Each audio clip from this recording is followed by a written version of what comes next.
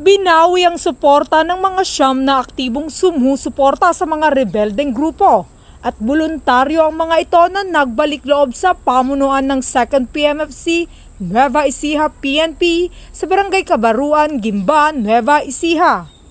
Ang naturang pagbabalik loob na pinangunahan ni Police Major Christopher Albaybayan, Force Commander ng 2nd Provincial Mobile Force Company ng Nueva Ecija Police Provincial Office.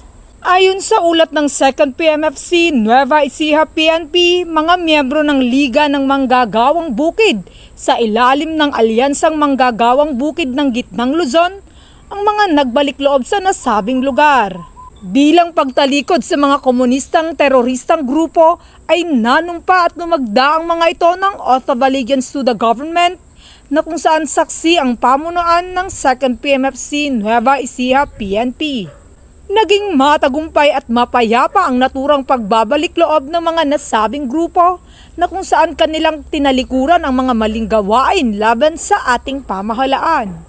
Maliban dito ay nakatanggap din sila ng tulong mula sa mga otoridad na kung saan kaugnay sa Enhanced Comprehensive Local Integration Program o ECLIP na programa ng ating pamahalaan.